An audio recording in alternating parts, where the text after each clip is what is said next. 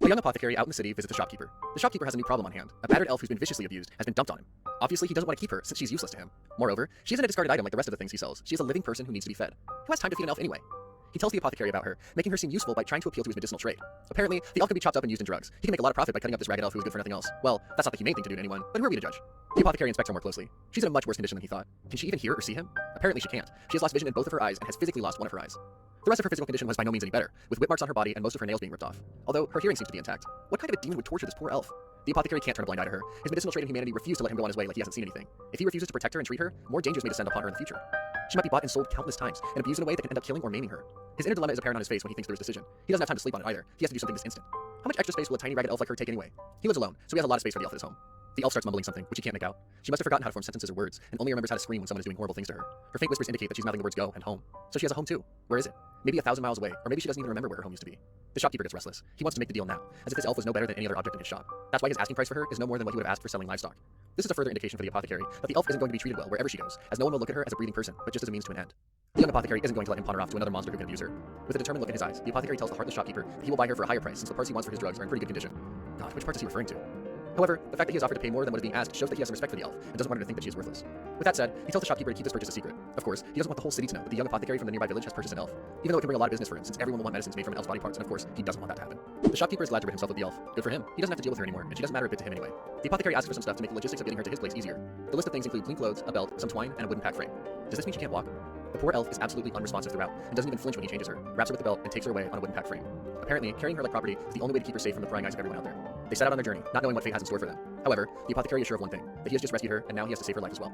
The apothecary and the elf duo have covered quite the distance from the city. They left after he had purchased some medicines, and decided that the mountains would be the best route to take to his workshop. They don't want any unexpected run-ins with the monsters that crawl the land. And apparently, he isn't tired after carrying her on his back through such an uneven road. Maybe this is symbolism, to show that the apothecary doesn't mind the heavy burden of the elf, as long as she is secure. After traveling quite a long while, a short stop to rest is necessary, so they hit the brakes on their trek. The apothecary needs to rest his shoulders and every other inch of his body after carrying her for such a long while. But he doesn't mind. As he watches her relax in the middle of nature, the lines on her face may have metaphorically faded, and her features seem a bit calmer, even though her expressions still make her look like she's scared. Scared of what? He doesn't know. But he can guess that she's been bought again, and she doesn't know how her new owner is going to treat her. Her confusion is what makes her scared about what fate has planned for her. Moreover, she is an elf. She is no stranger to nature, as all elves live deep in the forest. However, on this mountain road, this elf may look magical. The night gathers, and the duo make another stop at the top of the mountain. They can rest here for the night, and continue their journey in the morning. The surroundings are much calmer, as there is no one for miles, and they can hear the leaves rustling with the wind. Nature is just too divine, is it not? He cooks dinner for them at the campsite. He feeds her himself, since she can't feed herself.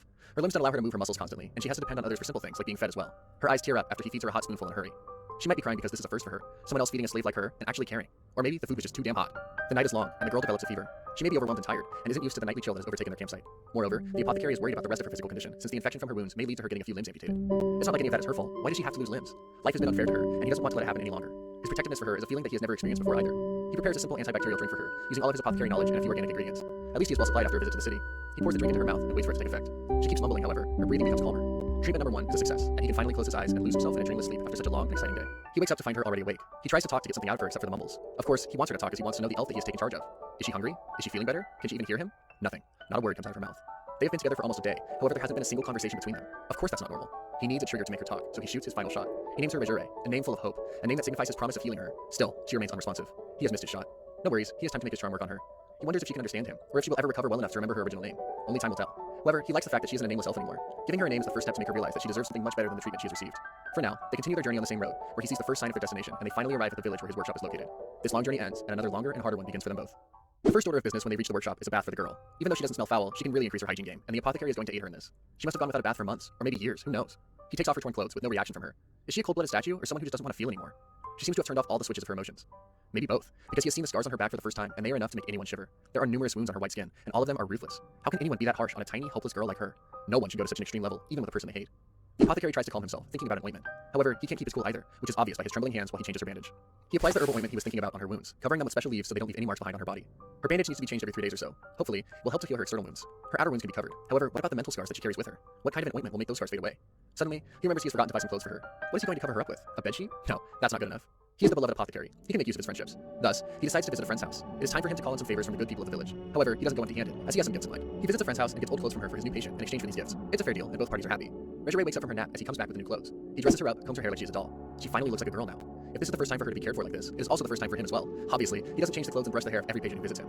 Watching her looking much better than he found her, the apothecary realizes how sleep deprived he has been for the past 2 days. He has made some progress with her and deserves a few hours of rest.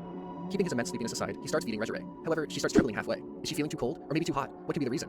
Oh wait, he realizes that she hasn't taken nature's call in 2 days. His obsession with her scars has deprived her of her basic needs. He carries her to the bedroom after dinner and understands her plight of eating liquid foods all the time. But she can't chew solid food because her teeth are in no condition to chew it. He might have to get her some dentures.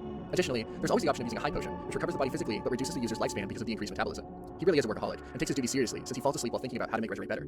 Is his obsession just a scientific curiosity or something more? She lies there with her one eye open as the apothecary snores away. There is no rest for the battered elf anyway. He wakes up and realizes that he passed out last night. He finds her wide awake, sitting in an upright position on the bed. Will he ever manage to wake up before her? He realizes that he has left his field unattended for a couple days. Since he grows his medical ingredients himself, he needs to resume his work on the field. He makes her sit outside so she can enjoy the sun, as if she can even feel enjoyment anymore. He starts working, and after a while starts hearing sobbing sounds. Regeray is crying, sobbing silently. He obviously doesn't know the reason behind her tears. How can he? He doesn't know what she's been through. He's a male human, just like her captors, who can't easily help her emotionally. He decides to keep working so that he doesn't make things awkward. It's just too soon for that. He can't go to her and order her to stop her emotions from flowing. Eventually, she stops crying. He works the whole day, until the sun is way down below the horizon. The apothecary reopens his store. He has to feed himself and his patient after all. A while later, a young girl appears at his door. She is Monet, the daughter of his friend who gave him the clothes for Regeray. She usually comes for errands. However, today she is simply here out of curiosity. She wants to confirm if he actually has an elf in his workshop. A child's innocent fascination can bring no harm to the elf, so he decides to let her see Regeray. Maybe this will even distract her from her own thoughts. She gets really excited to see Regeray seated there and starts shooting all the childlike questions that reside in her little mind. Regeray obviously stays silent throughout her interrogation. However, the apothecary keeps answering all of Monet's questions on her behalf. He doesn't know how truthful his answers are, but still, they're better than silence. He's simultaneously working on a special project as he tries to fix something for Regeray. He wonders if she will like his sloppy creation. It is better than nothing, he figures. The next second, Regeray has a flower crown on her head. That makes Monet giggle, giving words to a fantasy, saying that she is the apothecary's bride now. Hearing the word bride gets him to quickly dismiss her silly idea and tells her that the elf is simply his patient. He is glad that Monet has treated her with warmth and a childlike innocence. Furthermore, would she have liked this flower crown? How would she have reacted if she could see it? He knows that the chances of returning her vision are slim, but he will give her the drops that he has. When can we finally get to see her talk? We can't hold back the emotions. The full recovery will obviously take a while, but in the meantime, he needs to look after her skin and give her eye drops as well. Giving her food that's edible and easy on the stomach is a top priority as well. A good massage and repositioning will help her with her blood circulation. All this time, he's also been working on her dentures by taking help from a few library books. He spends some time getting the perfect size, and poor Regeray has to endure days of his readjusting her new teeth, but the end result is totally worth it. Regeray has the perfect teeth now. He can finally check this thing off his bucket list. The apothecary decides to take help from a friend, since Regeray's necrosis in the limbs is slowly progressing. Even though it's not normal for him, asking for someone's aid is the only option left on the cards. His deep thoughts about this course of action are interrupted by the arrival of the local cattleman, who has come bearing meat as a gift. He is thankful to the apothecary for helping him with his lower back the other day, and is here now to show his gratitude. He decides to preserve a portion of the meat and cook the rest. Meat for lunch and dinner sounds delicious after a long while. He cooks the tough part in the stew, and the tender part is cooked as the steak, with all the spices that can make anyone's mouth water. The food is ready, and he wonders how long it has been since Regeray's had meat. Maybe a long while. However, thanks to the dentures, she can finally have some solid food. The moment of truth arrives as he feeds her the first bite, and her reaction is more than satisfactory. She loves the meat and starts stuffing her cheeks with the food, with no care in the world. Her cheeks blush and saliva drips down her lips. Looks like someone is enjoying their meal, which makes us thank God that she is on the right hands. The apothecary decides to write a message to an old friend, hoping that he can help him with Regeray. Among the various methods of delivery, he only knows one, which is using the messenger crow. Using the crow may be the most feasible option, since it can be really fast with its flying abilities. He releases the crow into the air with his message attached. Hopefully, it will fulfill its mission. They start waiting for the response with every passing day. They go back to their normal life, where he works and Regeray sits and watches. Monet comes over to visit her a few times as well. However, he notices that Regeray has started gaining some of her responsiveness back, which is a great sign. He starts hoping that any day now she will start talking, until she falls ill, which is super surprising. He observes her symptoms, which are a fever, spasms, bloodshot eyes, and redness on her chest. His diagnosis tells him that these are the same symptoms as those caused by the bite of an obsidian spider. He looks at her coughing up blood and comes to the conclusion. Someone has given her a slow-acting poison. But who? Obsidian spiders are large creatures with a potent venom that has been used in assassinations since ancient times. However, no one in the village knows about this spider for sure, and the shopkeeper from the city isn't this bright either. This leaves him with one suspect, her previous owner. Why won't he leave her alone? He knows that he needs to work fast, since the poison has just started spreading in her body, and saving her life is still a possibility. He cleans out her stomach, and gives her the herbs necessary to expel the poison. He encourages her to hang on to him, to her life, and not let go at any cost. This is when a pill-shaped object comes out of her body covered in gastric juice. Of course, it's not an actual medical pill. It is a thick husk, with ancient writing on it and a curse mark. Whoever her previous owner was, he has dramatically held on to her. He thinks back from the time he found her with all her wounds, and now the poison. It looks like someone is telling her to go and die somewhere, where no one cares about her. Why does this person have so much hate for her? He feels an uncontrollable rage building up inside him, a red mist of fury, which he has to keep in check since he has a patient to treat, a duty to perform. He has to work on the antidote for the poison, and to do that, he needs all the ingredients. One slight problem is that the ingredients can only be found out in the wild, and he decides to go hunt them himself. He turns to Monet and her mother, Anne, for help in this regard, requesting them to keep Regeray with them and look after her. They readily and happily agree to help him out. However, since he's the apothecary, he needs to tell them what to do and how to treat her if her condition worsens. Out in the wild, he collects all of the ingredients and comes back successful after 2 days. He starts making the injection using a dragon fang, adding herbs and some of the poison from the spider to create the antidote. 2 days pass since he is out to collect the ingredients, and he hopes that Regeray is holding up well in his absence. An apothecary should not be away from his patient in such a state, but this was necessary to save her life. Thanks to Anne and Monet's care, Regeray's condition has not worsened. He injects the fang with the antidote into her shoulder, reassuring Regeray that she doesn't have to worry about dying yet, since she is going to get better soon enough. Regeray is drowning when she hears someone calling her. All the reassurances and kind words, and the kind helping hand that she sees, since she is going to get better soon enough. Regeray is drowning when she hears someone calling her. All the reassurances and kind words, and the kind helping hand that she sees gives her the power to fight the darkness and break all the shackles. She knows that it is painful and dark wherever she is, and she has to either get out of here or die a miserable death. She hears a voice calling out her name. Maybe it's not the time to give up on herself just yet. She reaches out to the kind arm that wants to bring her out of this misery, and this is the best plan of action for her. The moment she opens her one good eye, she finds that she can finally see light, after living in darkness for She is unsure about the timeline herself. The antidote has worked wonders, with Regiray not only regaining consciousness, but she has started to speak as well. Surprisingly, some of her eyesight is back too, since she can tell light and darkness apart. The apothecary doesn't know the exact reasons behind the miraculous vision recovery, but deduces that the antidote had a restorative effect on her eyesight with all the ingredients from the wild. He is extremely thankful for her recovery. However, he doesn't seem to understand why she won't give him any straight answers about herself. Where is her hometown? Does she even have a nickname? If she did have a nickname, she doesn't know him well enough to reveal it yet anyway. However, she seems to have lost all of her previous memory before arriving in the village. Maybe it's for the best, since she never had good memories throughout her life as a slave. It is time to make better and happier memories and leave the past behind. He should stop trying to remind her about the past as well, and encourage her to look forward to the future. She thanks him for saving her life in broken words and a broken voice. The hope of a good future in her tone makes him realize that not only did he save her, she saved him a little bit as well. What is it about her that affects him so much when he had never felt this way before? He doesn't get much time to interrogate Regiray about anything important because a local farmer stops by to present the apothecary with another gift, a massive pumpkin. Do all of his patients keep dropping by to leave oversized gifts? He'll never go hungry at this rate. He decides to cook the pumpkin right away, or at least he wanted to, until Anne and Monet enter the workshop to check in on him. With one look at the pumpkin, they force him to take a break and rest, as he seems to have bags under his eyes. As a man of science, he should know that he shouldn't overwork himself while they prepare a pumpkin pie to celebrate Regiray's recovery. Of course, he can't refuse when it comes to Regiray and her recovery, because this is his biggest achievement. He is delighted to see that Regiray is chatting away with everyone without a trace of her previous sadness in her eyes. She even loves the pumpkin pie, which uplifts everyone's moods at the table. She is finally starting to look like a normal person who can live a more pleasant life, surrounded by good people. Maybe the fact that she was bedridden and stuck with poison until last night was a bad dream. He decides that he will help her physically first and worry about her memories later. Getting his priorities straight is important at this point. Unexpectedly, that's when his long-lost messenger, the crow, arrives, bearing a reply from his friend. His friend's reply is weirdly worded, where he agrees to play around with her, but not for free. No one wants to do something they're good at for free, which isn't totally inappropriate, as he has every right to charge a patient for treatment. He knows he doesn't have any other option if he wants Regiray's limbs healed. His friend may be weird, but he is a damn good doctor. He'll worry about paying him later, as his friend can work on credit for him. He starts making travel plans since his friend lives further up in the north. The journey will take 5 days, and they will be gone for a while. He puts all of his valuables and dangerous chemicals in a sealed storage. Coming to Regiray's winter wardrobe, he tries to make her fit into his clothes, which are too baggy, making him apologize to her for being a cheapskate. She may be an elf, but she is still a girl who must like to dress up well, no matter what. Changing the topic, he suggests that they should write a reply to the friend. Meanwhile, he can think about what to do with her clothes. He knows that they will have to make a detour and stop at the city for a little shopping. He can't let the girl think that he's too broke to get her warm clothes. Additionally, he can't let her freeze to death on the road either. He has decided to do the shopping alone, as Regiray will surely attract attention in the city. Moreover, he had told the old shopkeeper that he had sold the elf to another doctor the last time he saw him. He can't just show up with her beside him after lying to the shopkeeper, as he has to save his reputation as well. He walks throughout the city to shop for clothes, and while buying women's clothing is not as suspicious, buying their underwear is extremely awkward for him. He has to make up a story about buying all this stuff for a female relative of his, but no one's buying that story, are they? Even if they believed his story, he knows that he will never be able to forget their weird stares, ever. But he has to move on, and try to forget about the situation. Distracting himself, he loads his horse with all the shopping bags and starts moving towards his workshop. His horse has slowed down with all the weight of the clothes and food, but he reaches back somehow. Thankfully, this day is finally over for him. The morning of their departure arrives, and it is a chilly day. Thank God for all the coats, or else they would have frozen to their deaths. Regiray wears the white clothes that he bought for her, and he's proud that they fit perfectly. Maybe he should consider an alternate career as a personal shopper and stylist. She's also wearing a necklace with a magic sensor in it, which is important to keep a track on her. However, the apothecary is sad that she can't appreciate her clothes with her own eyes, since her eyesight is not completely back. One day, her eyes will light up with the way she looks, and he will make sure of it. Their plan is to walk north for half a day, cross a forest, and go towards the nearest portal place. It sounds simple enough, but he has to carry her all the way, as she can't walk so much. She's apologetic about the fact he has to carry her, as she is so heavy. However, he doesn't mind, as she isn't as heavy as the ingredients he always has to carry. The apothecary and the elf have a long journey ahead, and they have been walking for half a day. They haven't made much progress, as he is trying to be careful and avoid dangerous routes. They have to pick up their pace if they don't want to be stuck on the road for more days than expected. They have decided to set up their camp early as it's getting dark, and carrying her is kind of tiring for him. Plus, all the emergency items are also way too heavy, and he shouldn't have brought so many things in the first place. While deciding the place for the camp and making all the arrangements, he realizes that this is the first time since he cured her from the poison that they are able to sit down and have alone time, just the two of them.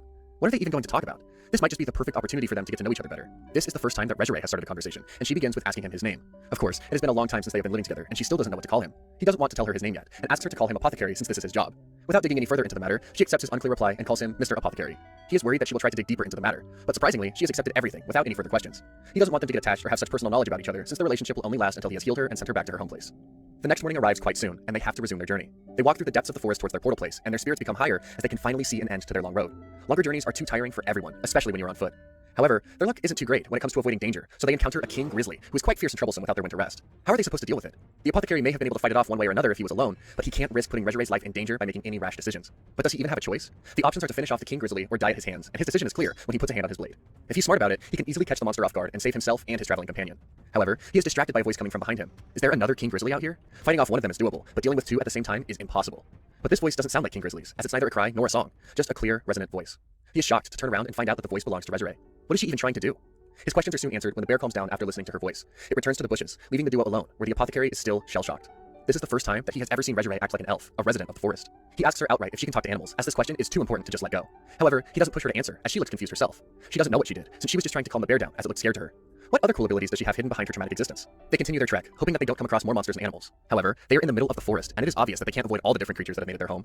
This theory is proven when they encounter a giant snake in the middle of the forest. The snake is massive, and it might be the reason behind the bear being so scared. It does look terrifying, and such mutated creatures seem to be appearing quite often in the forest, which may be due to the influence of bad mana.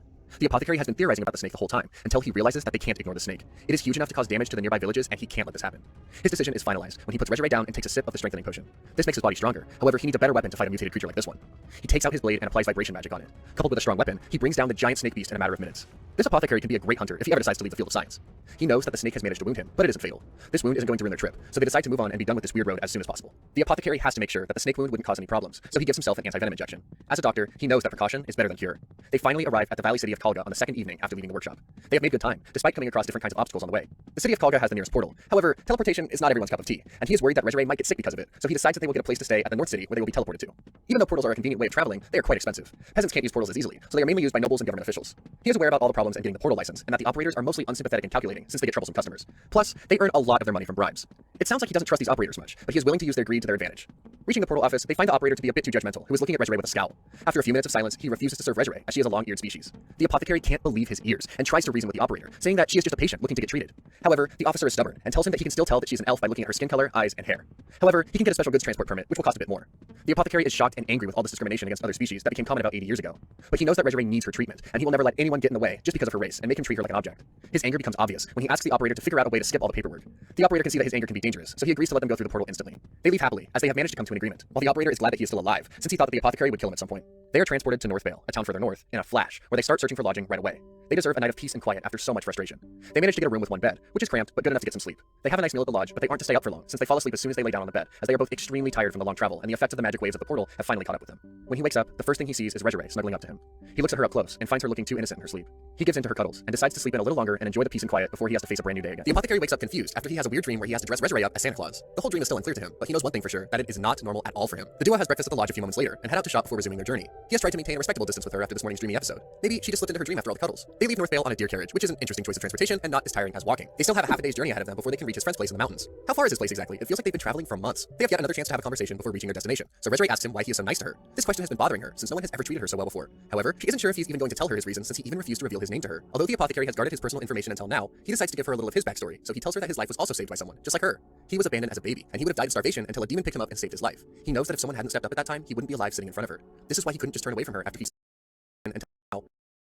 Not as tiring as walking. They still have a half a day's journey ahead of them before they can reach his friend's place in the mountains. How far is his place exactly? It feels like they've been traveling for months. They have yet another chance to have a conversation before reaching their destination. So Resurrect asks him why he is so nice to her. This question has been bothering her, since no one has ever treated her so well before. However, she isn't sure if he's even going to tell her his reasons, since he even refused to reveal his name to her. Although the apothecary has guarded his personal information until now, he decides to give her a little of his backstory, so he tells her that his life was also saved by someone, just like her. He was abandoned as a baby, and he would have died of starvation until a demon picked him up and saved his life. He knows that if someone hadn't stepped up at that time, he wouldn't be alive sitting in front of her. This is why he couldn't just turn away from her after he saw her in a helpless state. He feels that everyone deserves a chance to be saved. Resurrect understands his reasons and is extremely impressed with him as well. He changes the topic, telling her about the clothing of the far eastern land called kimono. Resurrect doesn't mind this change in conversation either, and is actually interested to know more about kimonos. When did kimonos become an interesting topic of discussion? However, the apothecary finds himself fantasizing about her in a kimono. This weird desire to play dress up with Resurrect fills him with a sense of guilt, as she is his patient, and he shouldn't be having such thoughts about her. He really needs to control his imaginations if he wants to maintain a platonic relationship with Resurrect. The deer carriage is stopped at the foot of the summit, as they have to walk the rest of the way up. Putting on their snowshoes, they begin their journey when the apothecary starts feeling a bit feverish and fatigued. The long journey is finally catching up to him, and it's high time this little adventure comes to an end. He isn't sure if he's feeling unwell because of the snake venom or the cold. Shouldn't he be aware of the precise source of his sickness since he's an apothecary? The weather isn't helping his condition either, as it starts snowing. Not being able to continue, they find an opening in the rocks to wait out the blizzard. The apothecary apologizes to her for ending up in a little cave. However, the poor elf thinks that even the change in the weather condition is her fault. Someone needs to tell her that the weather is not in her control. The apothecary's fever refuses to let up while they wait, and the blizzard only seems to be getting worse. They might just have to spend the whole night in this opening. He isn't too happy about sleeping on the cold floor. However, he doesn't have any choice but to rest a bit. So he goes to sleep, perhaps dreaming about a warm bed with fluffy pillows.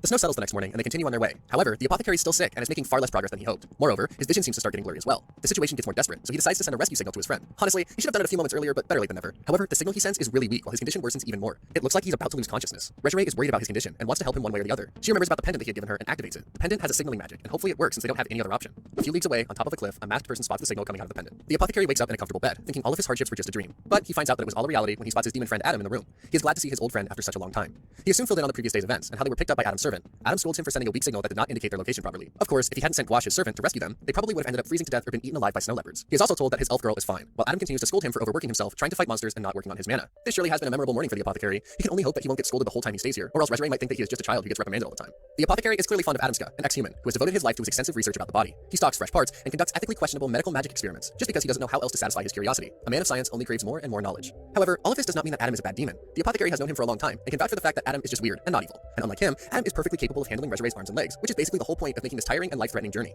Adam is happy that the apothecary is fine, but coming straight to the point, he inquires about the money. He obviously means business, which is understandable. The apothecary shows him all the shiny coins that he has brought, which makes Adam happy as he won't have to worry about stocks for a while. His inner curious medic is also excited to be able to work with elf bones after a long time. Starting the treatment, Adam starts to inspect Resure with his Alma, which is an innate magical ability linked with his soul that he has mastered with extreme training. Resure passed out during her examination, but thankfully she regained consciousness in time for dinner. At the dinner table, Adam tells the apothecary that Resure's condition is quite interesting, for lack of better words. Continuing his diagnosis, he also reveals that the damage to her skin and internal organs will heal naturally, but her limbs and eyes can cause some problems in the process. Even though her right eye has recovered, someone has intentionally blocked her sight with mana. But who could it have been with such evil intentions? On the other hand, her left eye is a lost cause, which cannot be fixed even with a replacement. Furthermore, her limbs have a corrosion spell on them and are really infected, so the things are pretty intense in that department. It looks like someone intentionally does not want Resure to be better at all. However, one positive point is that Resure has the metabolism of an elf, which is slowing down the deterioration of the limbs, but this still doesn't make her condition any better. All of her injuries and limbs are difficult to heal. Has the apothecary's hesitation to amputate her limbs put her life in grave danger? If so, then how will he ever be able to live with this guilt? He knows that he has to save her limbs and the rest of her parts at any cost now. Adam has to be serious at this point, giving it to him straight that leaving the limbs as is can be lethal. He believes that cutting the limbs off right here is the only option left to them. They have figured out all the details of the surgery, but the only thing left is informing Resure about how her limbs are literally going to get chopped off. Who is even going to have this conversation with her? After a brief discussion, it is decided that the apothecary will be the one to disclose this news to her. Adam tells him not to waste any time and go to her this instant. However, he has something to tell Resure as well, and decides that he needs to be alone with her to tell her this. Can this be explosive information to her? While the apothecary walks toward Resure's room, Adam goes off to search for spare limbs that look like the right size in his collection. Even though he is a demon, is having a collection for limbs as normal as he makes it look like? Hopefully he will end up finding a perfect fit for Resure. Meanwhile, the apothecary has entered Resure's room, and she looks really peaceful lying down on her bed. She is even glad to see that he is okay. He tells her everything that Adam informed him, revealing that she has to undergo surgery since there is no other solution. Resure takes a moment to collect her thoughts and tells him that she is ready for the surgery as she trusts him. Her shoulders are visibly trembling as she says this. However, she tried to put up a strong front in front of him. He knows that it must be tough for her to hear this from a human she barely knows, but appreciates her deciding to take on this challenge. Resure may look like a feeble elf, but her spirit is really strong. If she has survived this long after going through so many difficulties, it's obvious that she isn't an ordinary girl. The apothecary is also overwhelmed with the trust she has built in him, and decides that he will do everything in his power not to betray this. The time of the surgery draws nearer, and Adam has successfully found the perfect right arm and left leg for Resure after looking through his collection. Maybe he should allow people to shop for different body parts from his collection. They administer anesthesia using a dragon fang needle and tie her limbs. They have to take care of the hygiene requirements, so they sterilize everything before proceeding with the operation. Resure lies down, all ready to get this operation done with. She is given the anesthesia as the two medical men start off with the surgery. One of them severs her limbs with a vibrating knife, so her cuts are treated well. The other connects the flesh and bones, making sure that everything fits together. During this time, Resure keeps opening her right eye every now and then, looking around in a trance. The apothecary is glad that the anesthesia has worked, since no one can handle the pain of getting all four of their limbs cut off. Thanks to Adam's vast experience, the procedure seems to be going well, increasing the apothecary's hopes for Resure's recovery.